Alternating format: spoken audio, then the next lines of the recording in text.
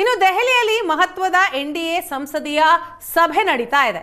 ಈ ಎನ್ಡಿಎ ಸಭೆಯಲ್ಲೂ ಕೂಡ ಅಮೆರಿಕದ ತೆರಿಗೆ ಇಳಿಕೆ ಪ್ರಸ್ತಾಪ ಆಗಿದೆ. ಎನ್ಡಿಎ ಸಂಸದೀಯ ಸಭೆಯಲ್ಲೂ ಕೂಡ ಅಮೆರಿಕದ ತೆರಿಗೆ ಇಳಿಕೆ ವಿಚಾರ ಪ್ರಸ್ತಾಪ ಆಯಿತು.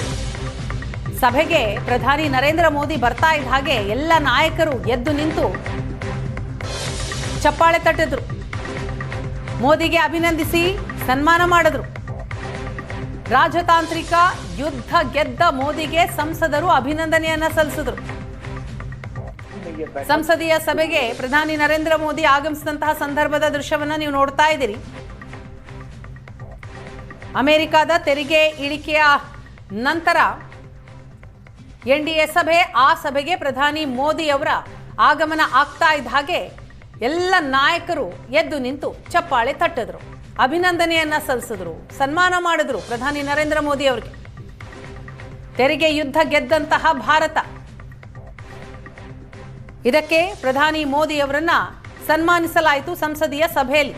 ಎಲ್ಲರೂ ಎದ್ದು ನಿಂತು ಚಪ್ಪಾಳೆ ತಟ್ಟಿ ಅಭಿನಂದನೆಯನ್ನ ಸಲ್ಲಿಸಿದ್ರು.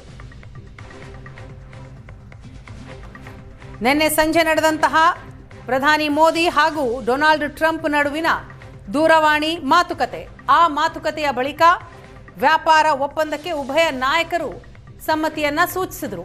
ಅದನ್ನ ಟ್ವೀಟ್ನ ಮೂಲಕ ಉಭಯ ನಾಯಕರು ಘೋಷಣೆ ಕೂಡ ಮಾಡಿದ್ರು. ಅದಾದ ನಂತರ ಇವತ್ತು ದೆಹಲಿಯಲ್ಲಿ ಮಹತ್ವದ ಸಂಸದೀಯ ಸಭೆ, ಆ ಸಭೆಗೆ ಪ್ರಧಾನಿ ಆಗಮಿಸ್ತಾ ಇದ್ದ ಹಾಗೆ ಎಲ್ಲ ನಾಯಕರು ಎದ್ದು ನಿಂತು ಚಪ್ಪಾಳೆ ತಟ್ಟಿದ್ರು, ಸನ್ಮಾನ ಮಾಡಿದ್ರು, ಅಭಿನಂದನೆಯನ್ನ ಸಲ್ಲಿಸಿದ್ರು.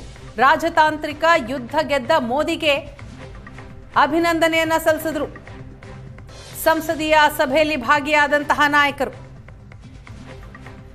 ಅಮೆರಿಕದಿಂದ ಎಷ್ಟೇ ಒತ್ತಡ ಬಂದರೂ ಕೂಡ ಅದಕ್ಕೆ ಜಗ್ಗದೆ ಮಣಿಯದೆ ಭಾರತ ತನ್ನ ಹೆಜ್ಜೆಯಿಂದ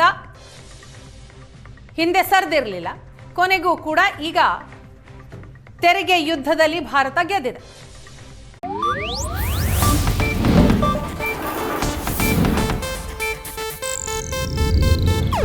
ಇದು ಏಷ್ಯಾನೆಟ್ ನ್ಯೂಸ್ ನೆಟ್ವರ್ಕ್ ಪ್ರಸ್ತುತಿ.